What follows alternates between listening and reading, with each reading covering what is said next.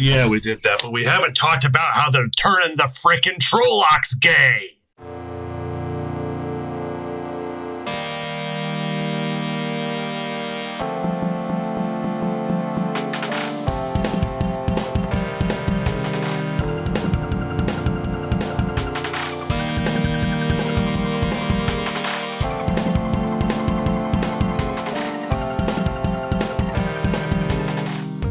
Hello and welcome to the Bridge Burners Book Club, where together we read, discuss, criticize, and get excited about all things fantasy. I'm your host Sean, and with me is my co-host Tyler. That's me. And our co-host Ben. Bad boy!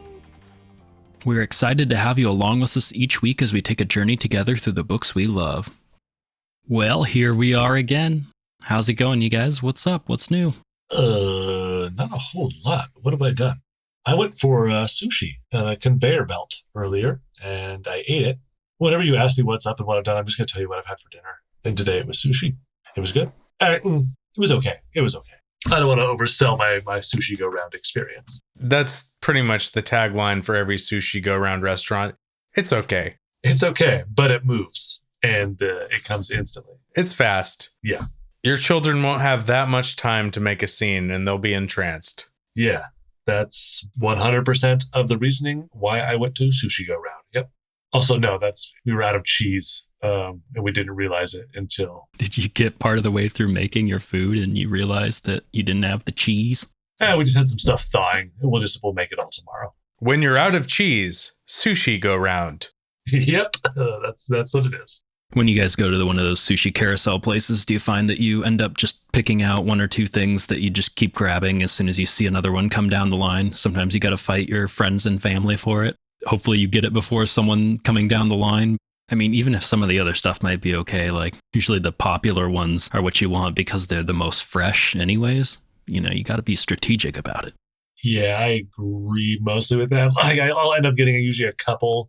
Today I was adventurous and got one that was just awful because I couldn't tell by looking at it that it was hot. Like not just like warm, but like an actual piece of hot sushi with some weird sauce on it. And I don't know about that.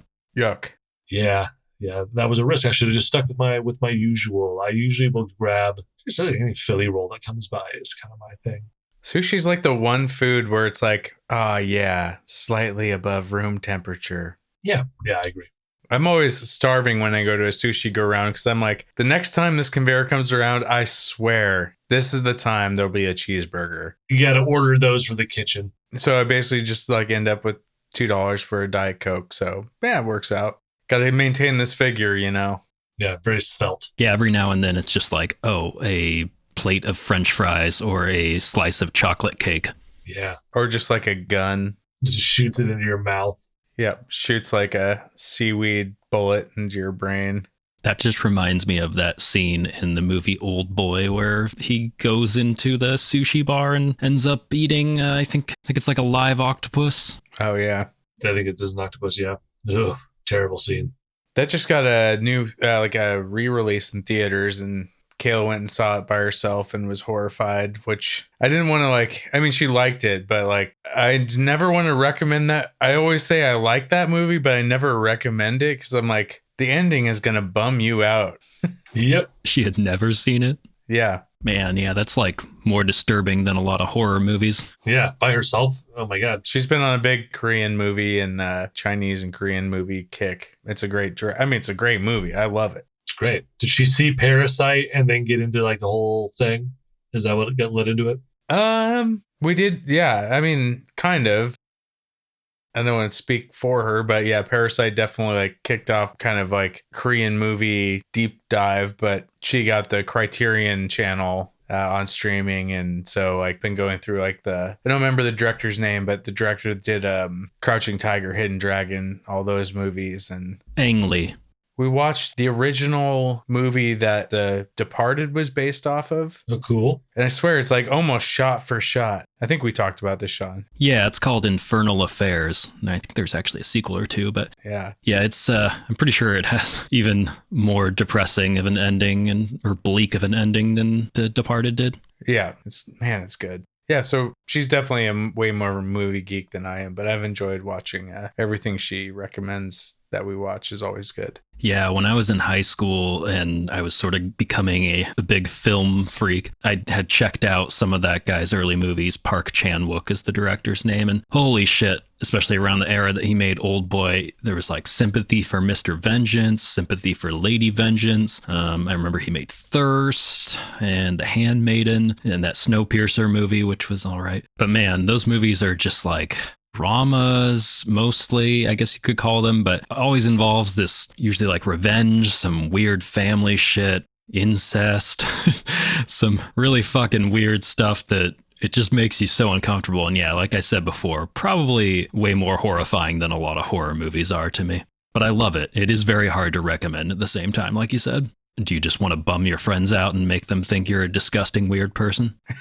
Yeah. I remember my ex-girlfriend recommending, it's like, man, I love There Will Be Blood. And it's like, oh, me and my friend are going to watch that tonight. And then it's like, okay, cool. And then like a few hours later, she called me like sobbing, like, why did you make me watch this?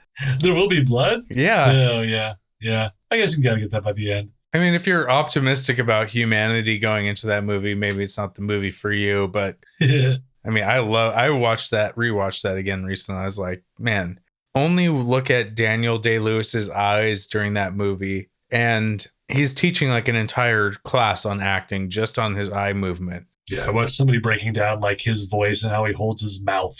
And in certain scenes, it's very important. Just like, wow, that's crazy. Yeah. It's bonkers. Yeah, it's funny though. A lot of times when I watch like a interview with an actor talking about a role like that, they're usually like, yeah, I don't know. I mean, I guess I was doing that. I just kind of like got in front of the camera and thought about what the character was thinking at the time. And that's how I did what I did. But I just kind of felt it out and things happened. And maybe they do focus on little details like that sometimes, but I think it's less directly intentional than we think a lot of the time. Yeah. Yeah. But yeah, I think it all kind of depends on who you are with a movie like that. I guess like that movie doesn't affect me in that kind of way, but I guess I could see if you had less cynical of a view on humanity. But cynicism isn't nihilism, and it doesn't mean that you necessarily have no hope or positivity about humanity or anything like that. But I could see how sitting with that character and the way Daniel Plainview treats everyone around him and ends up with nothing real in his life. And I could see how that could be kind of draining, but that's also just a testament to a well-crafted story that isn't necessarily based around a hopeful protagonist or a hero's journey, that kind of thing.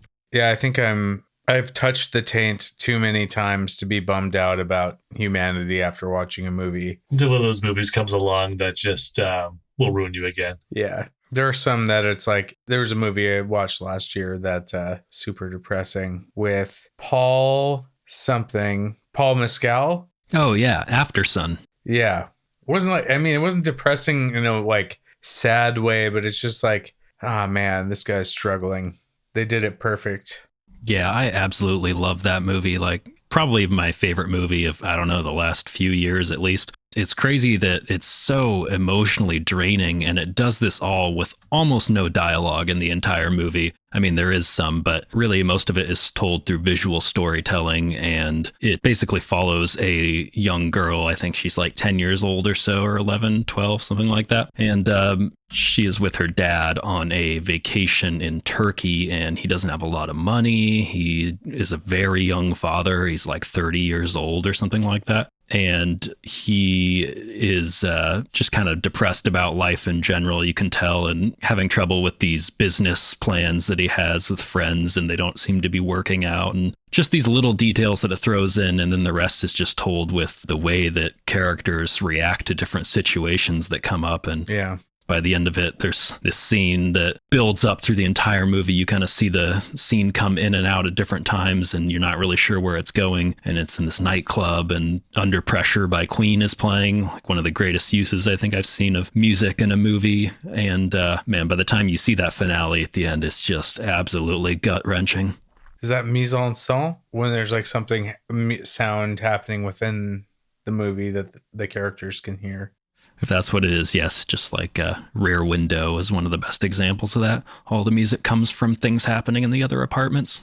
Don't put this in the episode because I could be totally roasted for this by our 5 listeners. Steve, Dan, Gary, Chuck, and Bilbo. I know who you are. Yeah, it's Bilbo. Yes, our listener who is a hereditary fantasy fan that has been born into it, whose parents named them Bilbo. And speaking of fantasy, I have a question for you guys. Another question. Isn't that surprising? I can't believe I keep coming up with these questions that you guys don't expect whatsoever. Last week, we discussed our favorite fantasy characters, and just totally not coincidentally, they happen to all end up being men. So we're retroactively making that a favorite male fantasy character question that we did last week. So this one, what are some of your favorite female characters? This is some fantasy affirmative action shit. Tyler did mention a female character last week. I don't know if it made it into that episode yet because I haven't heard it. Yeah, I guess I'm already talking, so I will continue talking. And a great start. Yeah, it's not necessarily my favorite female character, but it's one of the best books that I've read in the last 5 or so years with a female protagonist. Well, the character is Baru Cormorant, and the book is The Traitor, Baru Cormorant. And it's a weird series. I've read the first 2 and I started the 3rd, and I think I just probably need to start over and try to just plow through all 3 books in a row. But essentially, don't need to summarize the plot too much, but Baru Cormorant is raised in a very poor town and is chosen or observed as being very talented and smart. And she's taken away to be schooled in Imperial school by the Masquerade, which is the Empire. And basically she uses her kind of like insider status within the Masquerade and the Empire to try to help free her people. But she gets so deep, the webs just keep stretching further, and she gets entwined in the Empire, and double crosses and triple crosses, and I don't want to give too much away, but she's incredibly smart. She's also gay, which is cool for, a main character in a series, male or female. So I don't want to talk too much about it and for one, I don't remember that much because it's been a long time, but just an incredibly dense and interesting character. It's a great read. I highly recommend The Traitor, Baru Cormorant. I agree. Also did not finish the 3rd book, but I should probably go back. The first book, I think especially, is just like a really, really well-written story. Yeah. It's like The Name of the Wind. It's like one of those just like, man, they're doing something different in this one. Yeah, it's a really, really well-built world with a lot of interesting stuff going on. It takes a lot of the fantasy tropes and kind of moves them forward and explores like kind of colonialism and revolutionary themes and things like that, which is, totally my jam. Yeah, I like it. It was awesome. Well, I don't know. Tyler's already talking, so you may as well keep talking. Yeah, I know. I'm going to keep talking. I think it's a really cool story because, I still at this point don't know what I think about the main character and if I like really even trust or can like her, but you keep wanting more and to understand more of what she's doing. A story where the main character can like hide things from the readers even is cool. Yeah, your protagonist doesn't necessarily have to be a good person or completely good person. And I mean, there's a reason why something like Game of Thrones became so popular with those characters that are the heart of the story. Yeah, exactly. My character that I picked, someone rather similar. I went with Eliza from the Baroque Cycle by Neil Stevenson. Ooh. Who's one of the 3 or 4 really like framing characters of this kind of massive, like 7 or 8 book. It's 6. 10 books? I don't know. A lot of books. 3 large volumes is usually what it's published in. Not important. You can cut all that out because it's just a big old historical fiction set in the early 1700s, exploring a lot of like what's going on with trade and kind of the birth of modern finance and science and politics. The story like stretches all the way around the world at one point, kind of following the lives of these different characters, one of whom is Eliza, who is this kind of talented, very gifted, but very intelligent, very Baru Cormorant-esque woman who goes from just being, I think, like a slave at the beginning to at the end, she's like a powerful financier and kind of running a lot of the story and friends with kings and queens by the end of it. A lot of it is her kind of outsmarting all the other characters that are on the stage. And I think she's really cool. Yeah, like I think a lot of times when dudes write girl characters and want to make sure, oh, that she's a woman, but she's not lame. So let's just make her as much like a dude as possible. I think that really sucks. Oh, she's a girl, but she was raised by her dad and she has 5 brothers. So she wears a tank top and works on a truck. Like that doesn't really like feel like honest to me at all. And I think like one thing I like about Eliza is like, she's a woman dealing with women issues. Like throughout the story, like she has kids and is dealing with her like personal life. And then also running these giant financial schemes that like ruin the King of France at one point. Great series. I think a really cool, strong woman lead at the center of it. Yeah. My vote is Eliza. Yeah, and male authors also, like, they'll either make their female characters a masculine stereotype or they'll make them a female stereotype. And don't mean that disparagingly, but just like, oh, God, my tits are feeling weird and I've got to touch my butt and, all those things that women do. Oh, yeah. I hate those touch my butt scenes. They just don't ring true to me. Yeah, I mean, there's this whole phrase that came around in pop culture in like, I don't know, the mid 2000s, maybe late 00s. People would say things like strong female characters, strong women characters. And so much of that got wrapped up in things like Marvel movies, action movies in general, where it was like, oh, we can cast women now in these strong roles, which basically just meant roles that normally men were filling in action films. Yeah. And okay, cool. Strong just means just as shallow as the men characters are, and then basically act the same way, except they're a woman, and that makes it progressive and feminine. Representation is good. I appreciate that. It's good for people to be able to see people that look like them or have the same traits as they do in their real life in movies and TV and things like that. Representation's great, but that doesn't actually necessarily correlate with something being a good story, and that just became kind of a substitute that these corporatized movies and things would throw in. Yeah.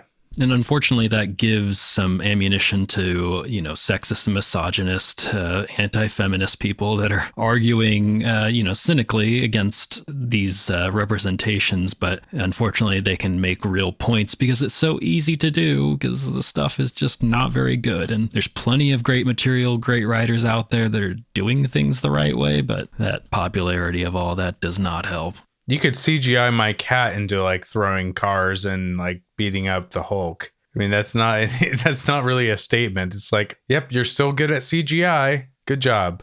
Representation can also be seeing a character that's flawed, has some of the same flaws you might have or have encountered in your life represented, and being able to overcome them or being able to grow and learn from those mistakes that you've made and be a better person. Like, the representation doesn't have to be, oh, I'm a perfect hero and I save people and I'm also a woman, or I'm queer, or whatever the current thing is that they're trying to pass off as being progressive in whatever media we're looking at. Yeah, they have to be perfect or they have to be purely evil. In generic fantasy literature, there's not like typically just a real woman that has the same pros and cons and strengths and weaknesses that a male character or any character has. But yeah, in like really like lazy fantasy, it's just a princess or a witch. And I think Wheel of Time is like decent. Wheel of Time doesn't sexualize. Obviously, women are very powerful in this series, but man, there's just something about the hen picking. Is that a word? Is that a thing? Yeah. There's just a little too much of this, like, okay, Robert Jordan probably had like 5 sisters growing up. Yeah, that'd be interesting to look at. Yeah. There's something, it's not disparaging, but it's just like women are just naturally annoying.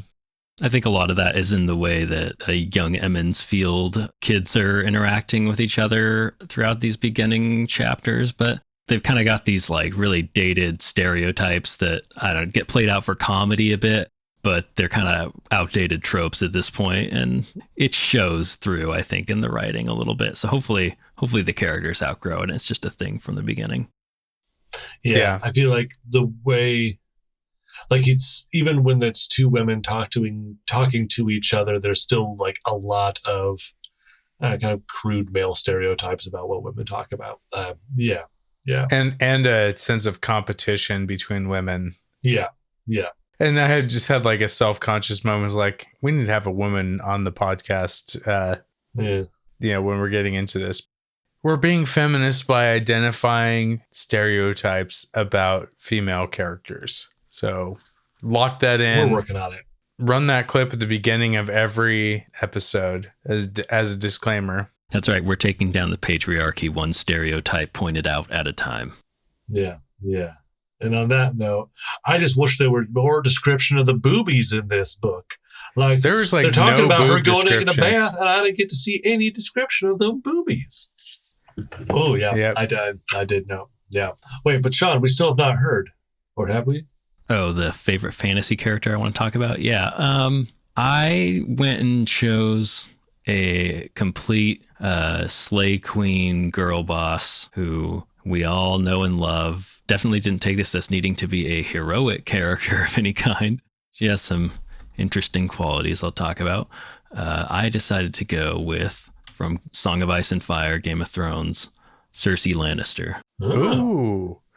All right, Nice. all right. Yeah, so Cersei Lannister, just at like a basic level, she's essentially a highborn lady. Her father's land literally sits on top of like a gold mine, I believe, something like that. They're super rich, known for having lots of gold. They don't actually have real royalty, I think, for the most part, but they're in the nobility. They fought their way in. And so they're constantly trying to get more power in that side of things. The father seems to have gotten them in a pretty good position at this point, Tywin. And Cersei, at least her excuse for a lot of her actions throughout this series, it seems to be that she's trying to live up to her father and his legacy because her brother Jaime threw his inheritance away, or his responsibility, when he joined the Kingsguard. And so she claims to have that driving her, but a lot of her actions are really driven by this raging narcissism, where it sort of reveals over time how she got to be the way that she is, how we got here to today, the Cersei we know and love. And while it does make sense and you can feel bad for her, empathize at certain points, you also see over and over again this person that's just driven by this need to see how any interaction can benefit themselves, and how, they either use the people around them or they have no use for them. And she's gone through a lot of bad stuff to get her to the point where she's at. Classic story in fantasy of a nobleman's daughter who, gets married off into whatever family for whatever political reason against their will, and they don't like the person. And that I can definitely empathize with, but it is actually her complete lack of empathy that is what drives a lot of her character. She just only sees everyone around her in this way that she wants to know how she can use them. And, she does eventually get what she wants, but she's sort of the instigation for this entire war that goes across the entire kingdom with the decisions that she makes and that she also lets her son make. And, a lot of people die in the process that she does not seem to care about whatsoever. So many lives ruined, people displaced, just general turmoil across the land, crops not growing, winters coming in, all that stuff. By the end, she's alienated. Various things have happened to all the people she claimed to care about in her life, close family. So she does end up with a lot of that power that she's been seeking, but it's like, at what cost when everything that she claimed to care about is gone? And so it's fun watching this character just slowly fall apart into complete insanity. I love Cersei. She's like a super complex character, right? Like, she is in a lot of ways the villain of the story, but you are made to understand very clearly where she's coming from and what her priorities are, and everything about her is consistent, which I like. Consistently guaranteed to drive you crazy.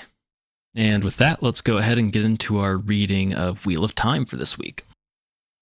Chapter 16, The Wisdom. The gang returns to the inn to, nervously, meet up with Nynaeve. As Rand enters the inn, Min pulls him aside to tell Rand that she sees the same vision surrounding Nynaeve as she does the other Emmons Fielders. After a brief reintroduction, Moiraine kicks everyone out of the room so she and Nynaeve can have a chat. After their discussion, Nynaeve tells Rand that she elected herself to track and return the youngsters back to the Two Rivers. She also suggests that she knows more about Rand's origin story than she had previously let on. Nynaeve temporarily gives up trying to convince the youths to return with her in favor of a long-awaited bath.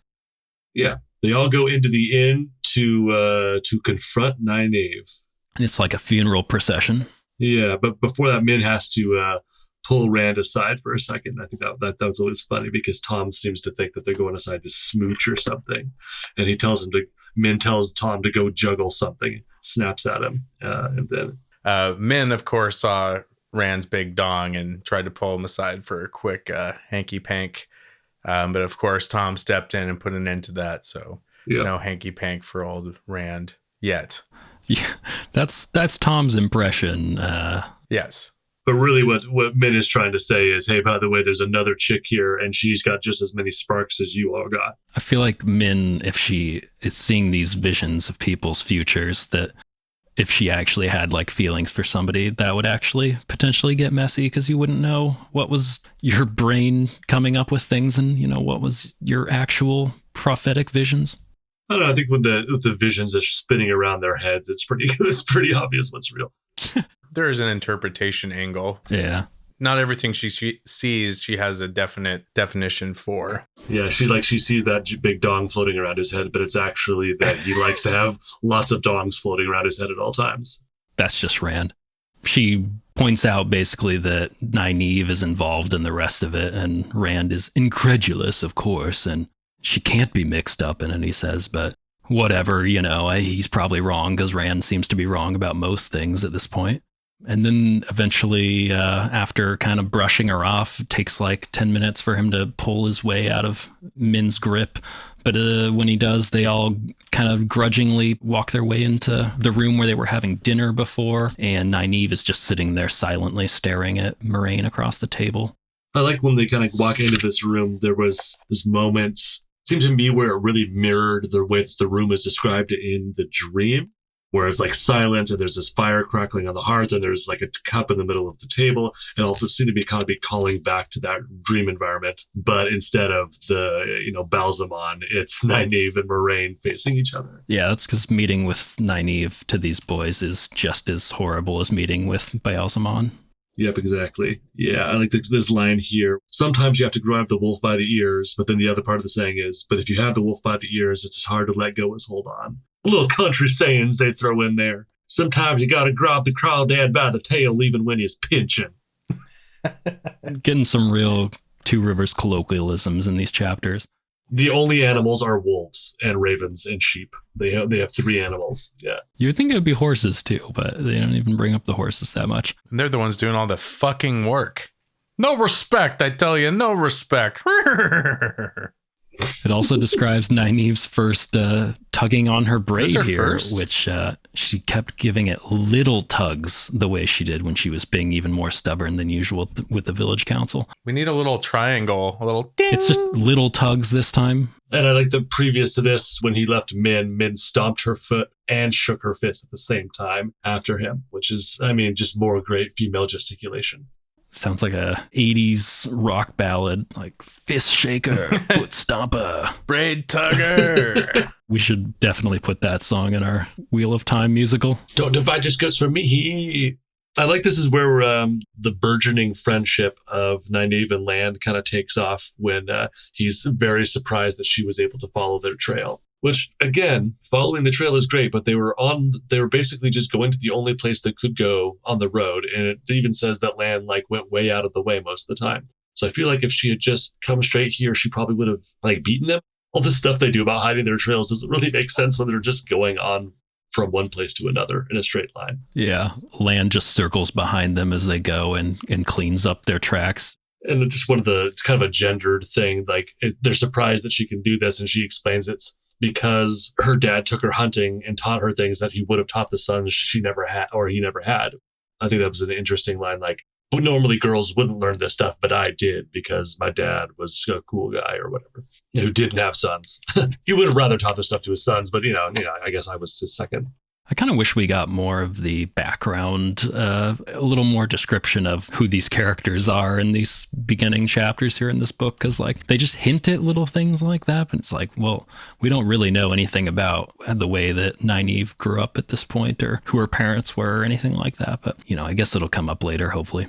Wait, did Egwene ever ask her dad if she could go? Does he ever say that? I think she just, I don't even think she left a note. I think she just showed up. God damn. Yeah, okay. All right. We get Nynaeve having her little back and forth that seems to just keep going on through these chapters with Moiraine about how, she just kind of carried off these kids and Nynaeve's here to rescue them, but she seems to be also out of her depth. And there's this sort of power struggle where Nynaeve is trying to get Moiraine to take her herbs and whatnot. And if she can just get her to accept a little help, then it'll mean that Nynaeve is worth just as much as an Aes Sedai or something like that. Yeah. Tom tries to bully his way in and just try to threaten Nynaeve with the whitecloaks will take us all if you don't come along with us. And Rand also kind of jumps in here and is just no, we can't go back with you. It's just one of those moments where he's spoken and then everyone stares at him. It seems like one of those happen every chapter. He's like, if we go back to Emond's Field, the Trollocs will come back to too. They're hunting us, and he throws in there. I do get some reactions here about Nynaeve saying what's going on back in town, but then later it's kind of shown that really she just kind of took off on her own. Yeah, she basically says that everyone was talking too much and she just went off and did it herself. And Tam was going to come, but he was too wounded. And even Ken Bowie wanted to come, of course. There he is, Ken Bowie. They mention Saidar and Saidine.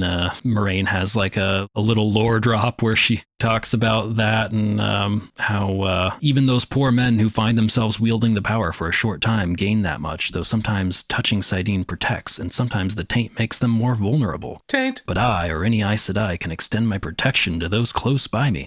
No fade can harm them as long as they are close to me, as they are right now.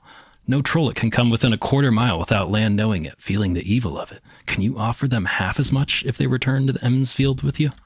I guess we get some idea of what Lan and Moiraine are capable of doing here in regards to Trollocs and stuff, but as we'll see in these coming chapters, I'm not sure that it's worth that much when you have 500 of them and multiple fades chasing after you. Yeah, exactly. They seem to not have very much problems getting split up, as we'll see going on here. Nynaeve is definitely the slowest to come around to the enormity of what they're facing when she mentions the Aes Sedai versus the Dark One and these minions. We're just little people in Emond's Field, and we have a saying in the True Rivers: whether the bear beats the wolf or the wolf beats the bear, the rabbit always loses. With the Two Rivers folks being the rabbit in this case. Yeah.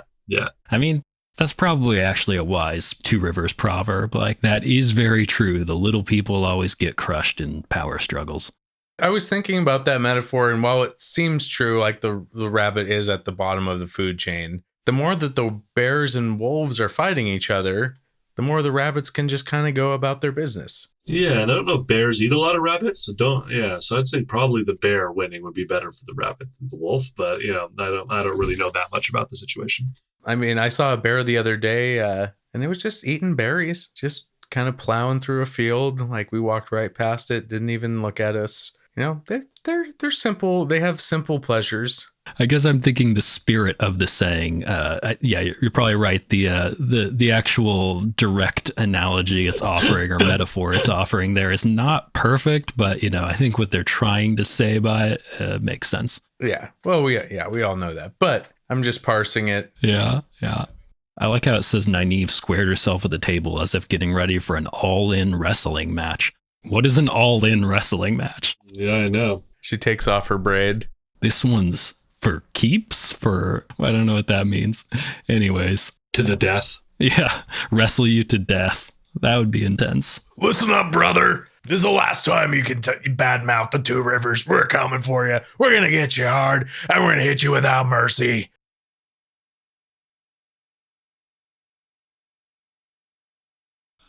I guess that would be what that show Celebrity Deathmatch would have been back in the day.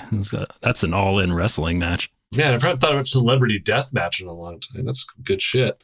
I think they brought it back at some point. I don't know. No one watches MTV anymore. Yeah, I bet. Yeah, it's back when they funded stop motion claymation animation. That doesn't so much happen anymore.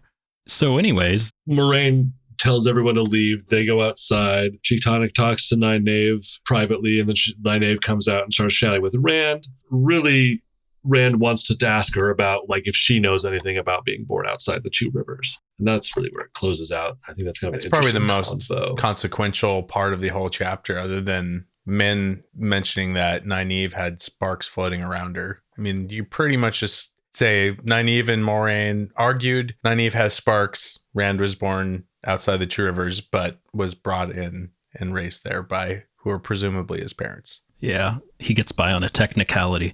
It says that when she brings it up, his face was suddenly as taut as a drum head, which I think I enjoy that visual quite a bit. Bada boom. It's like when it said, what was it in one of the first chapters, that Lan's face softened if stone could be said to soften. Lan's a classic stoic fantasy character. You need that stoic warrior guy who's just unflappable throughout the entire thing. Like, even though he's like usually just freaking his balls out on the inside, he still has a very taut face. Whatever happened to those Gary Cooper types? You know, the cold, calm, collected. Know what I'm talking about? oh yeah. In later books, do we get Lan perspectives? I don't know. I don't think so. That would be interesting. I checked the corners. Then I looked out the window. And then Moiraine was there. And I watched Moiraine. And then I looked out the window. And then I checked the corners. I rode ahead of the group. I scouted it out. Then I rode back all the way behind the group and covered up all their tracks. Then I met up with them again. Then I scouted ahead. Lands on a constant loop. Today feels like a forest green day and a turquoise blue. My cloak is going to be so pretty. Lan's just like completely obsessed with his clothes on the inside. So, I mean, I think it's interesting. The only thing to call out is she talks about how she can remember Carrie and Tam coming back with a baby, and that clearly it was Carrie's baby. But like, Nynaeve wasn't that much older than him. She could have only been like 6 years old when this happened, right? Like she's describing this with a lot of assuredness for somebody who has been described as being not so much older than Rand. Chalk it up to she just thinks that she remembers that very well. Yeah. Later on, she also was in the couple chapters later mentions that she babysat for Egwene when she was a toddler. So, but Egwene is a little bit younger than Rand, Matt, and Perrin, if I remember right. Yeah. Oh yeah, that's why they're all afraid of Nynaeve. She was their evil babysitter. Well, let's move on to chapter 17. Chapter 17: Watchers and Hunters. Leaving the tense situation, Rand enters the main room of the Stag and Lion to catch the tail end of a story from the Great Hunt of the Horn as told by Tom Marilyn. The story is followed by more, and then singing and dancing.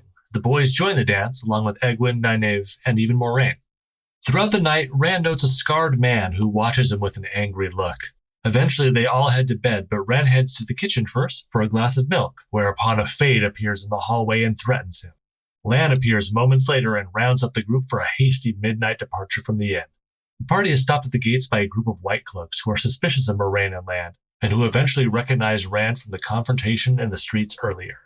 They escape only through a very flashy display of magic from Moiraine, and as Beryllion fades behind them, they see flames and smoke rising from the city. This is the one where we get lots of dancing. I like to think of it as if you've ever seen the show Peep Show, or just could imagine like a first-person mounted camera that's kind of a little claustrophobic, maybe like a fisheye lens. Maybe like Ernest. Have you ever watched the Ernest movies? Yeah. Oh, yeah. When he switches to and many times when he switches to the old lady. Yeah, exactly. You got these scenes where they're down in the inn's common room and Tom Maryland's telling us stories and singing and all that, and they get into the dancing, and you just got these views where all of a sudden there's another person getting passed to Rand, and he's like, oh shit, surprised by it. Oh, it's Egwene. I like the Rand perspective where everyone's like, you just see the tops of their heads. You just see like a braid bobbing, and that's it. So yeah, they go into the room, and that's where Tom is talking about, he's telling stories, right? So he's got the Great Hunt of the Horn, which I think looking ahead to the next book might be a thing. He's talking about the 8 corners of the world that the hunters ride and the 8 pillars of creation. And this whole thing sounds like it's like just dozens and dozens and dozens of stories all kind of string together, and you can kind of tell any part of it that you like. But everyone seems to be kind of like leaning forward and hearing about golden-haired Blaze and Rogosh Eagle Eye. Oh yes, we all know and love Rogosh Eagle Eye, one of my favorites. And we get Robert Jordan's first attempt here at writing a song, which I think it's questionable in its quality, but it's fine. I'm glad that he put it in there. Like, that's a staple of fantasy books. You got J.R.R. Tolkien and I think George R.R. Martin also are kind of the kings of doing that I can think of off the bat. But Rothfuss. Well, that's kind of a centerpiece of the whole. oh yeah, Rothfuss, yeah. Rothfuss, of course. Yep. You got a whole lot of songs in there. And they all sound like this. My love is gone, carried away by the wind that shakes the willow. Yeah. Love it. My mandolin is just out of reach. Lucky you guys. Yeah, it's a favorite in the Two Rivers and in Bear Lawn too, it seems. And everyone knows the song and they all sing along. And then the second song, Only One Bucket of Water. I can't believe you didn't write that one. That one sounds way better. A much lighter one. It says it seemed even more merry than usual by comparison, which may have been the Gleeman's intent. But yeah, so it gets into the dancing after all the stories, and that's where you get that kind of surprise where just, oh, Moraine's down in the common room too, and she's dancing, and she's having a great time, and she kind of makes fun of Rand the first time around, I believe. And then as she comes back the second time when he's a little more confident and less surprised, she actually compliments his dancing. We're learning things about Rand. He's got some game, apparently.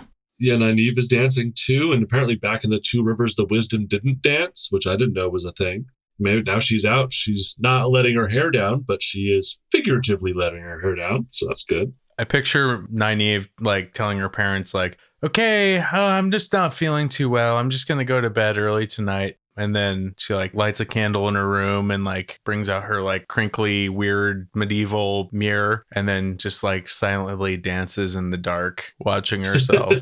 One single tear. A little straw dummy that she brings out from under her bed. I don't think this is that intended, but after he dances with Nynaeve, he gets passed over to Egwene, who's also there, and she's, they're not really on speaking terms right now, so it gets real awkward, but it says it was a relief to go to his next partner in the pattern, even if it was Egwene.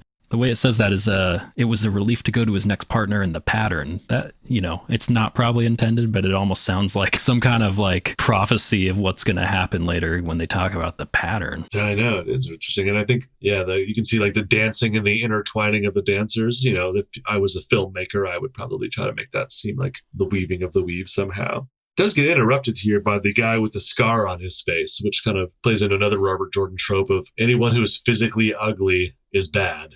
And you can tell this guy's bad. Even though Rand gives him the benefit of the doubt, he still kind of stares and glares at them all night. I'm assuming this is a white cloak dude, but I don't know if we know that for sure. I think we find out it's a white cloak almost right away. I put it in the notes. I was like, who is this guy? And then we find out one page later it's a white cloak.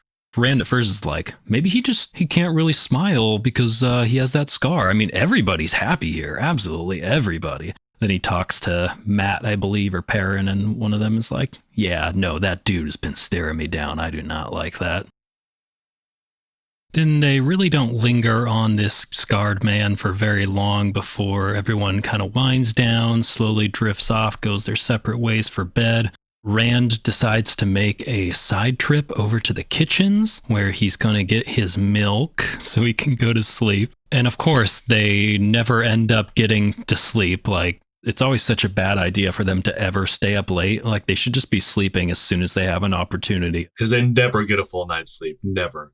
Yep, no sleep, because as Rand goes with his glass of milk to head back upstairs, he runs right into a fade in the hallway, and it holds its blade up to Rand, except when it has the opportunity to take him out, it doesn't. I like how he's up against the door trying to feel for the handle just like he was again in that dream earlier. Oh, yeah.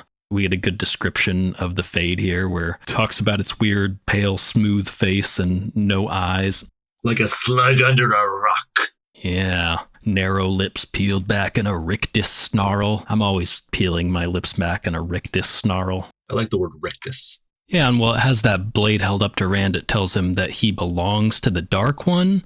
And I thought that was interesting because we sort of got a similar description in, I think it was one of the songs or stories that Tom Maryland was telling about how, you can be sort of marked as belonging to the Dark One, and then you can also resist that.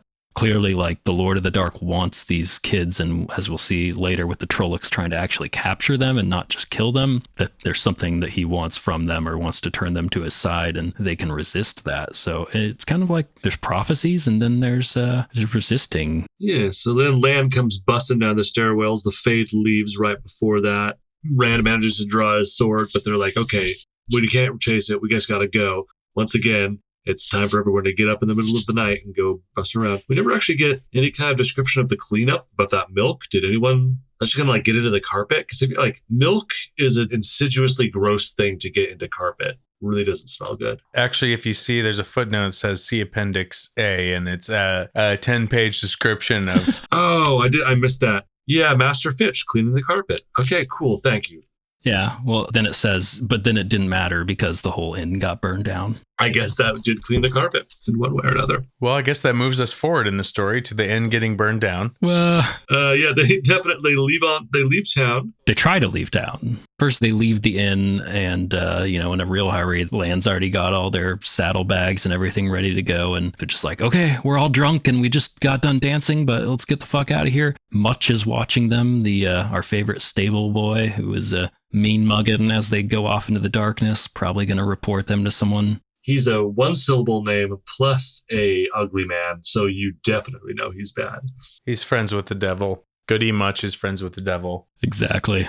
They make their way to a gate and they have a little encounter with the whitecloaks there at the gatehouse where they kind of just appear. They've been in the gatehouse the entire time, and Lan and Moiraine did their classic move of like, oh, I know it's night and it's kind of weird that we're leaving right now with the wolves and all, but, we'll just give you some money and everything will be fine. And then our old friend Bornhald appears. Halt! We don't want any money! Yeah, he's a little hungry for Rand because he sees him and he gets real raring to go immediately, and they all draw their swords, and that's when Moiraine turns into a kaiju. Yeah, Moiraine, well, first she blows up their swords, which is pretty cool. Like, it says that they go to attack her, they can all slice down at once, which, again, if you're working with swords, you don't slice down as a whole group together because you're just going to hit each other's swords. But apparently that's what they do. They all slice down. It works great for fight choreography, though. They all swing down at once, and Moiraine blocks it with her staff, her non-magical staff. But her magic is able to kind of blow them back and bend Bornhald's sword at a right angle, it says. That's pretty crazy and kind of cartoony. Yep. But I like it. I mean, it's kind of funny that they're just scared of how Moiraine grows. She just turns into a big lady. She's just a giant lady standing over them, and she's not even like reaching down to crush them or anything. She's just standing there big. In real life, they would be horny, but okay. Snoo. Yeah, they're like, oh man, the thing of my fantasies. Oh no, I hope she doesn't pick me up. I really hope she doesn't pick me up. Don't crush me. I would hate that. And then, she just kind of steps over the wall as they ride away in that moment of confusion and fear, and mates back up with them. And they just kind of head off down the road and seem to get away just fine. I think that all of that was too much for the whitecloaks to go chasing after them into the darkness. That's when they see the inn. They don't see the inn. They see a fire growing over the city. The flames, yeah. And Moraine's just like, well, I warned him, but he didn't take me seriously, so what am I going to do? And they're like, wait, is that the inn? And she's like, well, I mean, I don't know. Could be whatever. They have to get it out of her, but she pulls out her exact thing that she's been doing with everybody. She's like, well, I'll funnel some money through some channels and no one will know that it was me, and they'll get some gold and they can build back an even better inn and it'll be great. Don't worry about it, guys. She assuages not only the problems of all the people that they trample over as they escape from the Dark Ones, but she also uses the money by extension to assuage the qualms, the moral problems that these kids are having with what she's doing. If Moiraine would just be straightforward with what they're doing, she wouldn't have to try to build the sense of urgency every time they have to make a moral choice. Yep. But she's still just beating around the bush, and it's just like, well, this is kind of important, so just give us some money and let's go. Let's get the fuck out of here. Yep. Yeah, her ultimate answer is always just whatever the Dark One wants, I oppose. So I have to oppose it at all costs, and all costs mean that everybody along the way might die, and that's fine. Like I said, she's psycho, but it's pretty badass at the same time. Yep. I like how Rand is secretly at night just hoping that Min's okay back in the city. Matt is worried. I wonder what Dav did with that badger. It's just, I love that. Yeah. Like, hey, I know we've left town. I know there's Trollocs after us, but you remember I had that fucking badger we caught? I hope Dav does a good prank with it. Do you think anyone sat on my whoopee cushion? That's like several towns back that you escaped from too, Matt. Like, come on. Yeah, it's like 6 crises ago. I like how they close out this chapter with this description of Lan. Like, everyone else is like, groggy the next morning and hating shit. But he just kind of like gets into his cloak, keeps his sword arm clear, eyes searching constantly as if he expected an ambush at any moment. Hell yeah. That's our stoic warder. All right, let's go ahead and move on to the next chapter, which is chapter 18, The Camelin Road. The party rides the Camelin Road through the hills of Abshur, their choices guided by the threat of an army of Trollocs led by Myrdral giving chase. A short rest is ended abruptly as the horns of the Dark One sound in the distance, closing in from behind and to the side, prompting Lan to scout out the pursuers. It is not long before he returns, bringing the news that 500 Trollocs could be closing in, leading to a heated argument between the Aes Sedai and her warder concerning a possible but dangerous place of refuge. As the group reaches the peak of a hill, a fist of Trollocs led by a Fade confronts them on the other side. The young Emond's fielders take up war cries as they charge at the Dark Ones and find themselves suddenly in their first real battle. As the fight looks to be taking a bad turn, fortunes shift when Lan defeats the Myrdral, leaving its troops in a state of disarray. The crew rides on, but it is not long before 3 more Fades and their contingents appear from behind, leading Moiraine to dismount and take a stand, her staff and Angreal in hand. The Aes Sedai sends shockwaves into the earth and a wall of fire into the air, cutting off the pursuers for as long as she can maintain the conflagration. The party rides on until they reach the high walls of the overgrown ancient city known as Shadar Logoth and enter through the place where once stood its gates. They'll never get to Camelin at this rate. They don't even stay on the road for very long. I do like how this chapter opens. Well, not quite opens, but a couple paragraphs in. I used to like cheese, Egwene said on the 3rd day after leaving Baerlon. They just don't get to eat any good food. It's so sad. But beyond that, this discussion takes place while they're stopping to rest a little bit after riding through the night. And they're on top of a hill looking around, and Nynaeve is once again trying to recommend some herbs to Moiraine, who is refusing them. I'm sure they do, the Aes Sedai murmured, giving Nynaeve a sidelong glance. She doesn't seem to be super into the benefits of flatwort tea and andalay root. Nynaeve would totally be like one of those health and wellness fitness influencers on Instagram or TikTok or whatever. Yep, and Moraine's definitely just like the business lady that never does yoga but has 6 espressos every single day. She's like, no, I have my own ways and it's fine. It's fine. Don't worry about it. And then later she discovers that it'll be a great friend buddy comedy kind of thing where they come together and find happy mediums in both of their lives, their own strengths and weaknesses overlapping each other. I'm picturing a montage where like Moiraine and Nynaeve are like running through a forest and there's like a sick chipmunk and like Nynaeve breaks out her little pouches of herbs and poultices and starts whipping something up, and Moiraine like behind her back just like shoots magic at the chipmunk and it's all better, and Nynaeve thinks it was her and they're like, yeah. And all the things that like Moiraine is solving with modern science while, Nynaeve is using the naturopathic method. Yeah, secretly, Nynaeve is putting herbs into her coffee and things like that, and she's getting more benefits than she would ever know, getting those vitamins she never gets. Exactly. She's like, well, I feel fine without your vitamins. Moiraine gets pregnant at like 150 years old. Nynaeve's reverse birth control. That's an ad we need to see if we can get on our podcast here. Most of this chapter is them running down this road. They have an extended discussion about what route they should take, and Lan's just like, no, we got to go this way, and no, we can't just cut across land. It'll be slower, blah, blah, blah. We're going into the hills. And then after that, it kind of gets interrupted when they hear a horn, I believe. Then that spurs Lan on into riding off and doing some scouting. We also get, when Lan rides off there, that he is the last lord of the 7 towers, as Moiraine says to him. So, there's 7 towers somewhere, and Lan is the last lord of them, whatever that means. I kind of like this moment where he's like, keep them moving, Moiraine Sedai. And he doesn't call her Moiraine Sedai normally. You will know if I fail. And then he kind of jumps into his saddle and then rides off. And she says, the light go with you, last Lord of the Seven Towers. And that's definitely like a music swell moment in the soundtrack. Oh, yeah. There's that whole part. And then just literally we have like 4 paragraphs and then He's back. Lan is back. Yeah. And he's telling them that there are 500 Trollocs behind them potentially. And that seems like a lot. That seems probably not good. And then more horns sound out and there's some behind them and there's some to the side. And Rand thinks they hold a note of triumph. What I was actually thinking about with all this is like, what do these horns signify? Like, if you're a bunch of dudes who are stealthily chasing some other people ahead of you, you only blow a horn to mean like, okay, everyone's in position to attack, or it means like you got some kind of other predetermined signal.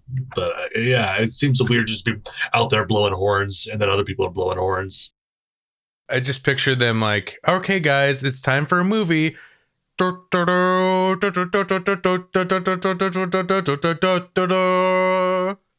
like, they're trying to tell each other where they are and they're closing in on them. So I guess it's just that they're overconfident, but yeah, it is kind of funny.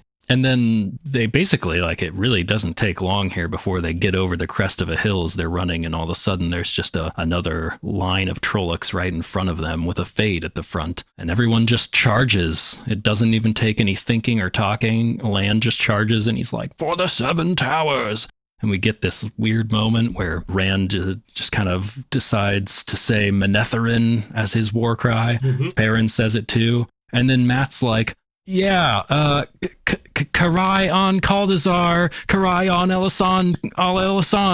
And everyone's like, what? Matt? Record scratch moment. Yeah. Everyone looks at him like, excuse me? The who and the what now? But I like that the Fade's head turns towards him, which is maybe like, wait, what did he say? Yeah, and it's like, it's got to be pointing at this sort of recurring theme that their past lives and things like that. And they've been hearing these stories about the people of the 2 rivers. And as we find out towards the end of this chapter, he's saying some stuff that means something in the old tongue, that classic old tongue that we all know and love. Crippa thinks portentous omens indeed. I do like how it describes the Trollocs as beast-muzzled almost men. That's one of my favorites. Yeah. I like the description of the fighting here. Heavy bodies crowded ruthless shoulder to shoulder around him. He just kind of like swings his sword, hacking as if hewing wood. He's slashing a path through the hairy bodies as those chopping undergrowth, which is just like these Trollocs seem to be real desperate to throw themselves at him with catch poles and things and not hurt him. Classic grunt fantasy creature. Like, it's the orc of this story. J.R.R. Tolkien's orcs to Robert Jordan's Trollocs. Yeah. Troll orcs. So yeah, they just kind of chop through them, and then we get this part where basically Lan meets up with the Myrdril and they're fighting, and everyone's getting worried that they're about to lose. They're about to get torn off their horses and just murdered by all these Trollocs, and then all of a sudden the Trollocs start screaming, a howl like all the dogs in the world gone mad, as it says. Rand looks over and sees that the black sword is still flailing in the Myrdril's hands, but it has no head, which is pretty cool. But it's kind of funny that apparently, as Tom says, it won't die until nightfall. Not completely. That's what I've heard anyway. Tom offers some random tidbit that he heard one time from somewhere as if it was true about these Myrdrils. And the fact that he's yelling over he has to yell this over the screaming. Oh, I heard this about this one time. It's totally normal. In my faint recollection of having read the series, I don't think that ever comes up again. Oh, okay. They don't just stand around and watch a Myrdal's body writhe and watch TV with its headless body. Like a snake or an insect or something. This is like a monster manual entry. Yeah, exactly. Does not die until nightfall. They all jump, get the fuck out of there, but they're still being chased. Yeah. Once again, takes like a paragraph or two, and Rand's heart shrivels like an old grape as they get to the top of a hill, look behind him, and there's 3 fucking Myrdrils behind them with a whole bunch more Trollocs. That's 3 heads they have to cut off and 3 times as many dogs in the world. And that's when Moiraine busts out the Angriel again. And she's standing there with her staff and her angriel in her hand, and she strikes the ground with her staff and sends shockwaves through the ground, which that kind of reminds me of the prologue to the series with old what's this fuck bringing up the mountain from the ground and all that. And then she sends flames up from the pit that opens from those shockwaves and basically creates a wall of fire that goes around and cuts off all of the Trollocs from getting to them. And we get this weird part where Rand is just talking about how sweaty he is and then how cold he is and how he's looking at his friends and seeing their sweat. And he's worried about how their sweat's going to freeze. Some random shit there. Rand is always super aware of what his body temperature is doing. Yeah. Yeah, he thinks that their perspiration is going to freeze. And then they have like a little discussion afterwards about what to do, where they also just kind of stop to discuss. What was that Matt said back there? Yeah, hold on, guys. Now that we have a moment, we're not fighting for our lives. What the fuck, Matt? I didn't know you were bilingual. Matt's just like, I don't know where that came from. And Moiraine tells him that it means honor of the Red Eagle for the honor of the Rose of the Sun, which is the ancient war cry of Manetheren and the war cry of its last king, who was called the Rose of the Sun. Oh, actually, Eldrine was. I think that was the queen. Oh, that's the queen.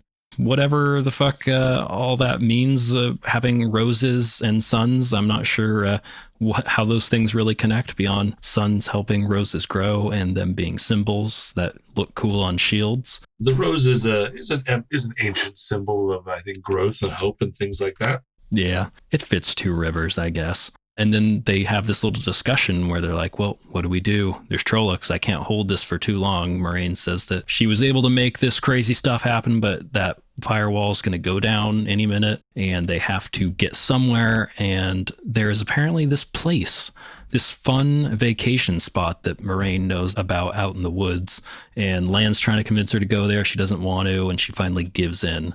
She's like, okay. And they go to Aridal, something like that. Aridal, I think that's right. I think you want to hit that H. Yeah, not a silent H. And then they find out it's also called Shadar Logoth. And, we don't really know what any of that means, but they get there and there is a big old dead looking city with crumbling towers and things like that, a giant wall covered in vines and a gate, or where a gate used to exist. They go in there and they're told that the Trollocs won't come in there. Seems ominous. That sounds not good that the Trollocs won't go in there. Yeah, it says in the days of the Trolloc Wars, it was an ally of Manetheren, and she kind of stares at the walls for a while, and then just says, later Aridhal died, and this place was called by another name. And it takes her a while to say it, but eventually, Shadar Logoth. And if you can sync that up, Sean, so we're both... Oh, yeah. It's like when you're singing in church, and this is a deep cut back in my life, but someone's singing off key and like the people around you are singing off key and you're trying to like find the key and the rhythm.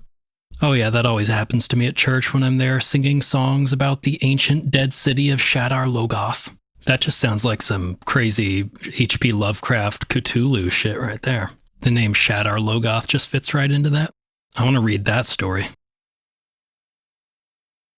And that brings us to the end of another episode of the Bridge Burners Book Club. We would love it if you follow us on Instagram at Bridge Burners Book Club, on Twitter at Bridge Burners BC, and find us on YouTube at Bridge Burners Book Club, where we will be posting full episodes, clips, and polls going forward. If you would like to write in, shoot us an email at bridgeburnersbc@gmail.com with any comments, questions, or contentions, and maybe we'll read them on air. You can also join our Discord with the link in the episode description for discussions, questions, or to post your best memes. It really helps if you give us a rating on Apple and Google Podcasts, so please consider helping the show to grow. I'm the Sean Chan, and for my co-hosts, Ben Bowie and Tyler the Creator, thank you for listening, and we'll be back next week.